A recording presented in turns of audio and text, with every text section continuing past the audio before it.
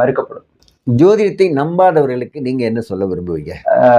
எதையுமே அறிஞ்சு உணர்ந்து மறுப்பது நல்ல விஷயம். ஜோதிடத்தை மறுக்கிறதுக்காக வந்தவர்கள் எல்லாமே ஜோதிடர்கள் ஆகிட்டாங்க.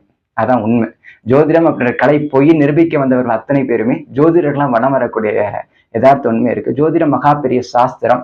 புரிந்து கொண்டவர்கள் அறிவாளிகள், புரிந்து கொள்ளாதவர்கள் புரிந்து கொள்ள முயற்சி செய்யுங்க. இப்ப கூட வந்து பாத்தீங்கன்னா சமீபத்துல சுப்ரீம் கோர்ட்டும் சரி, மும்பை ஹைகோர்ட்டும் சரி, ஜோதிடம் வந்து சயின்டிபிக்கான கலை அப்படின்றத அவங்களோட அறிவிச்சுட்டு, அதாவது ஜோதிடம் என்பது இப்போ விஞ்ஞான வளர்ச்சிக்கு முன்னால 12 கோள்களை வைத்து கணித்து நான் முதல்ல சொன்ன மாதிரி எப்போ கிரகணம் வரும், எப்போ மழை வரும், எப்போ வராது அப்படி. இன்னைக்கு வந்து வானிலை ஆராய்ச்சி மையம் தோற்று போற சூழ்நிலை இருக்கு.